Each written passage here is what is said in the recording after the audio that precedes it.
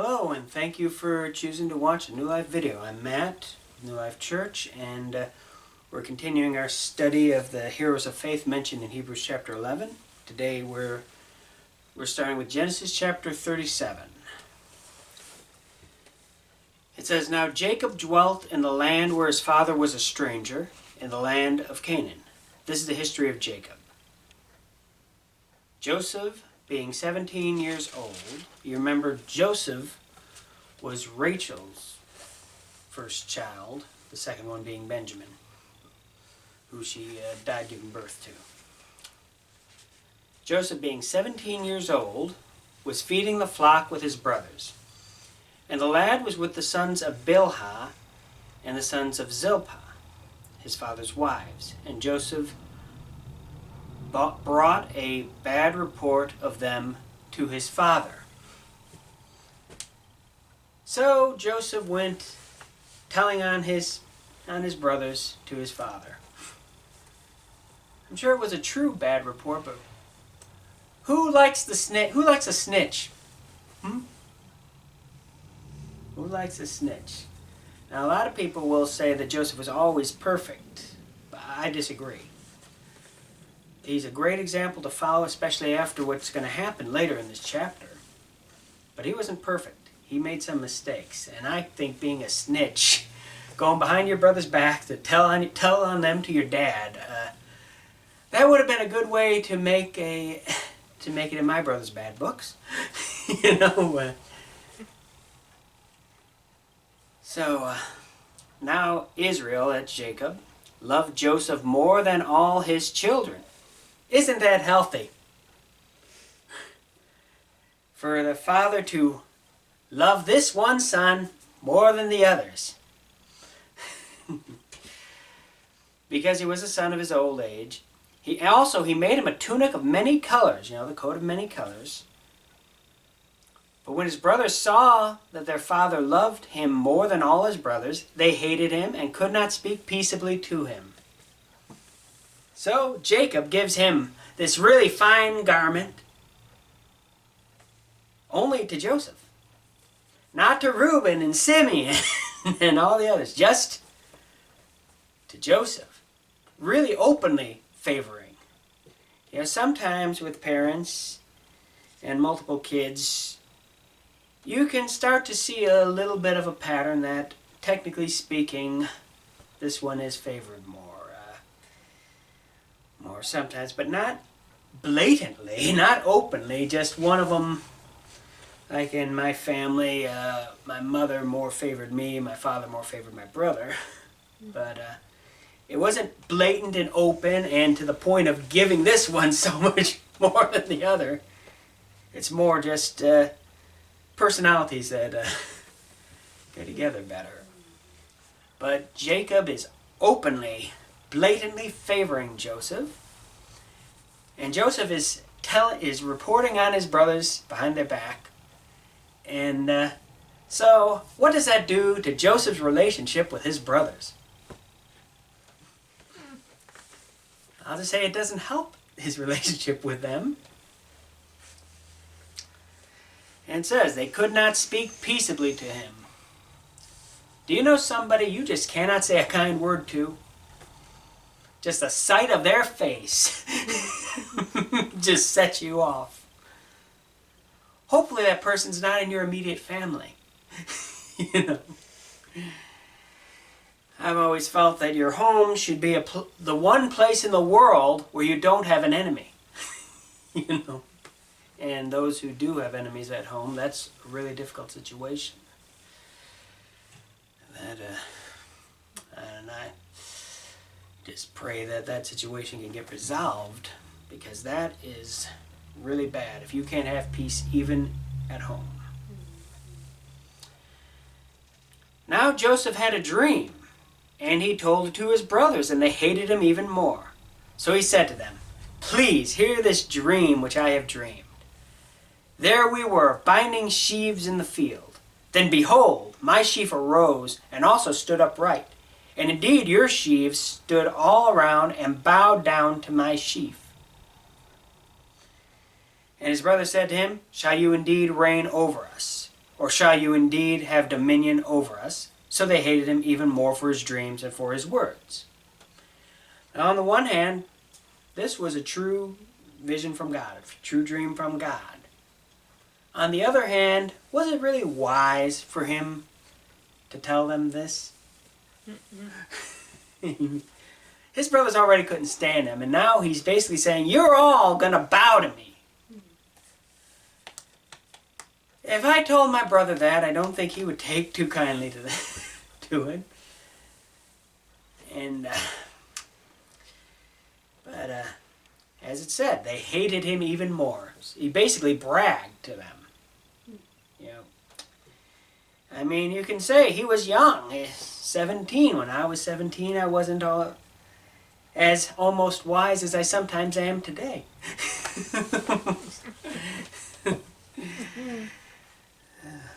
But, you know, so I'm not saying he was a terrible person, but he was not very wise about this. And he didn't learn from this either. Verse 9, then he dreamed still another dream and told it to his brothers and said, look, I have dreamed another dream. And this time the sun, the moon, and the 11 stars bowed down to me.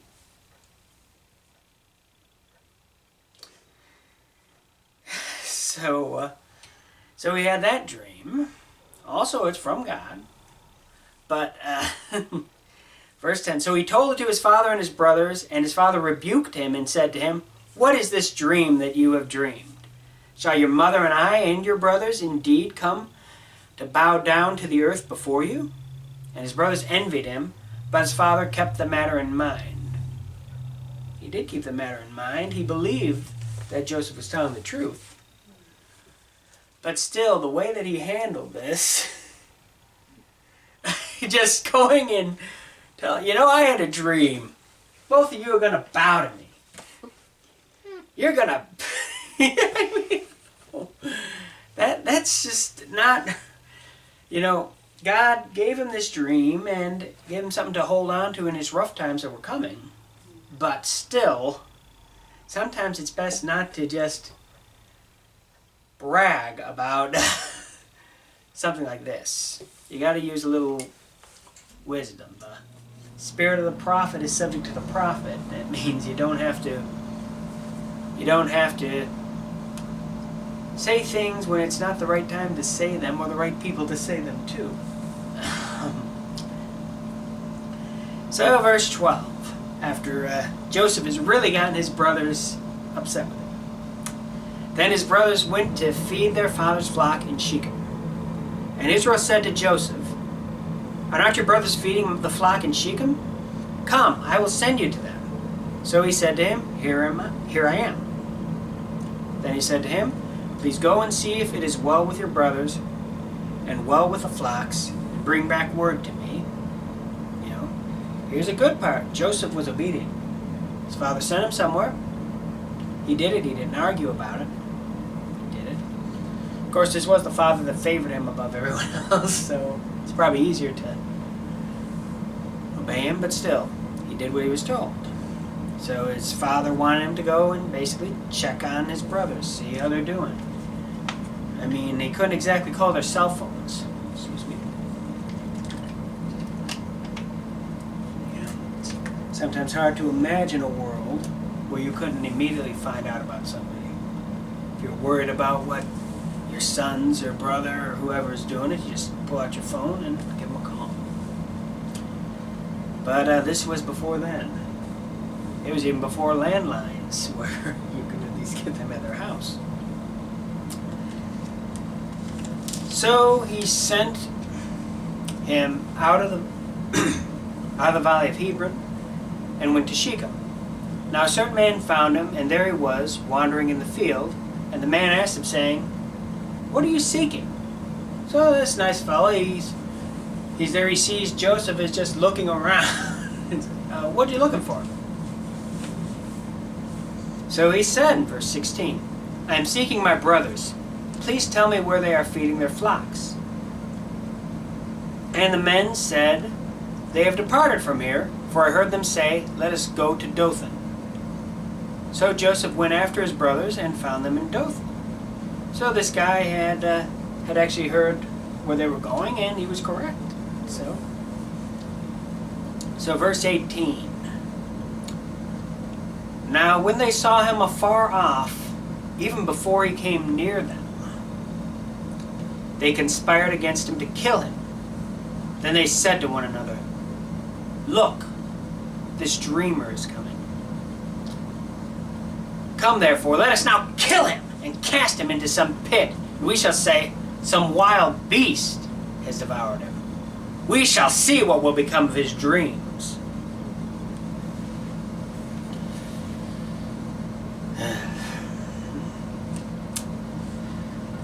That's not a very healthy relationship in the family.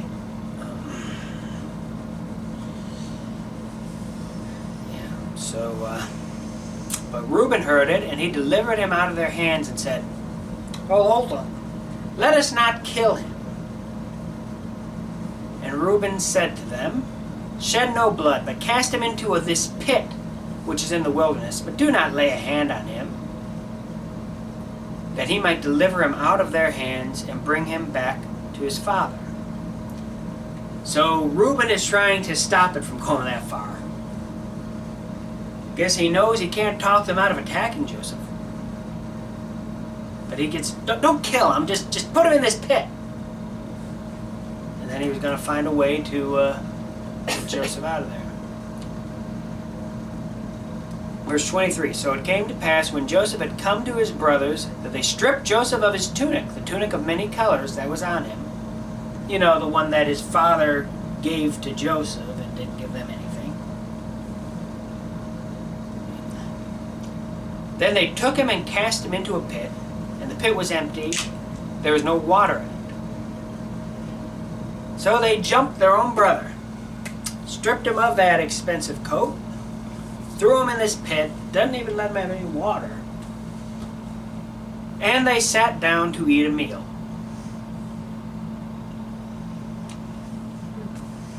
I mean, there have been times I've wanted to attack my brother. But I never went that far.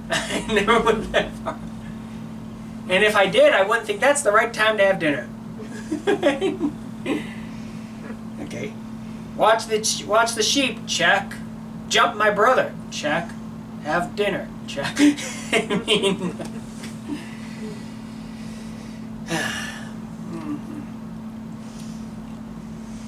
Then they lifted their eyes and looked, and there was a company of Ishmaelites coming from Gilead with their camels, bearing spices, balm, and myrrh, on their way to carry them down to Egypt. So they're eating their meal. They're sitting down to eat their meal, and they see in the distance, look, this is a caravan of Ishmaelites. So Judah said to his brothers in verse 26, "What profit is there if we kill our brother and conceal his blood? Come and let us sell him to the Ishmaelites, and let not our hand be upon him, for he is our brother and our flesh." And his brothers listened. So, he's our brother. We shouldn't kill him. Let's sell him into slavery instead. Because we won't make any money if we just kill him and hide the body. Or we won't make any money. If we do this, we'll make some money. Selling them into slavery. And if you think your family's messed up, odds are this didn't happen to you.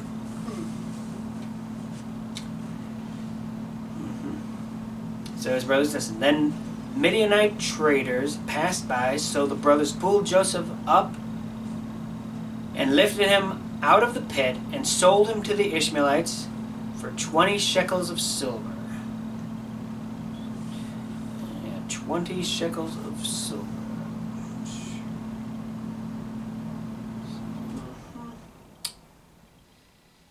So, and they took Joseph to Egypt. Then Reuben returned to the pit. And indeed, Joseph was not in the pit. You see, Reuben wasn't there during that transaction. For whatever reason, it doesn't say. Maybe he was the one watching the sheep while the others were eating it. It just doesn't say. But Reuben goes to the pit to get his brother out of there, and he sees Joseph is not there.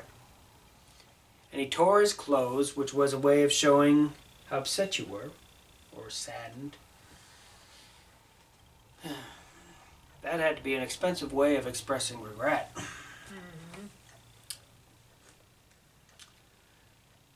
He tore his clothes, and he returned to his brothers and said, "The lad is no more, and I, where shall I go?" So they took Joseph's tunic, killed a kid of the goats, dipped the tunic in the blood. Then they sent the tunic of many colors, and they brought it to their father and said, "We have found this. Do you know whether it's your son's tunic or not?" So, yeah, we were just walking on our way back. On our way back, we were just going through the wilderness, and we found this. It looked like Joseph's coat to us. Is it?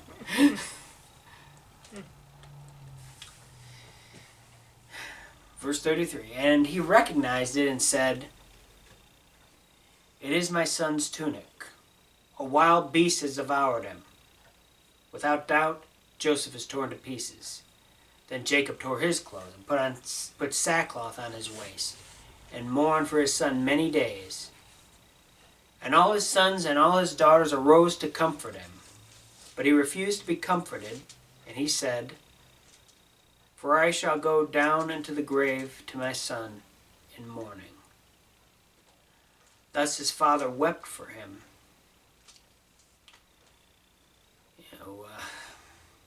His father believes that his favorite son was killed by wild beasts, and he is just a mess.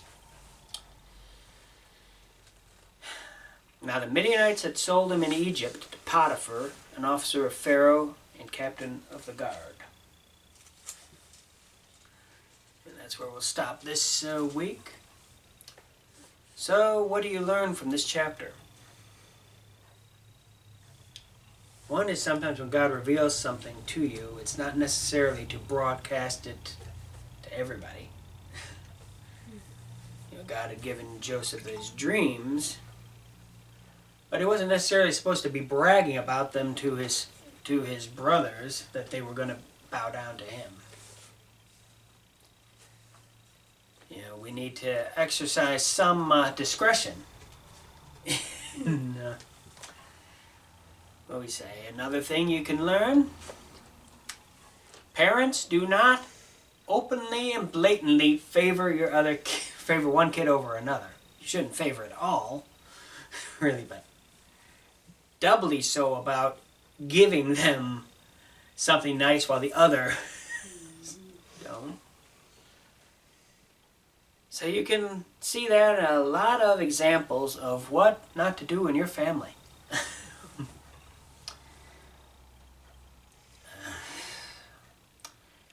One thing I've said many, many, many times, the Bible is full of imperfect people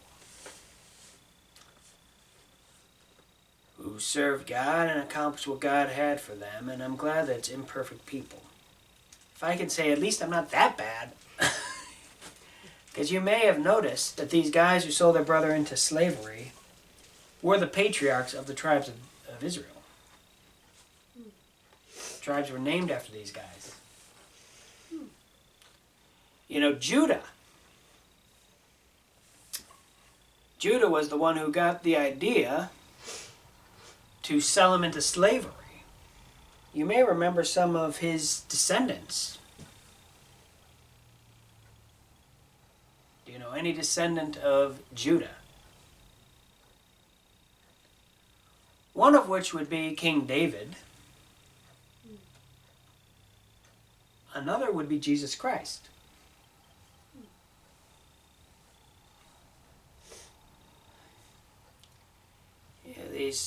They would change later. But at this moment, they are really messed up. These are imperfect people. Terrible sin against their own flesh and blood. Joseph did some bad stuff to get them upset with him. This was beyond. they would repent later.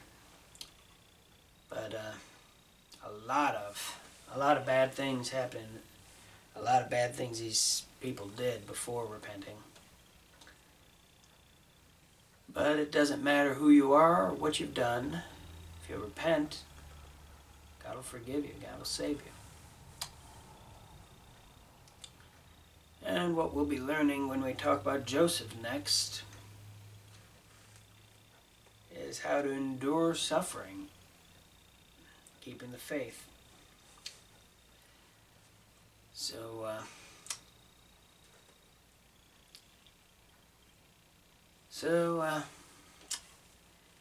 we might not go to these kind of limits, these kind of extremes, but do try to be better to your family and your friends than any of these people were. You know, none of them were showing a particularly Christian attitude toward each other. That's not what we're supposed to do. We're supposed to love each other, care for each other, and do good for each other. Guess that's all I have this week, so until next time, go with God.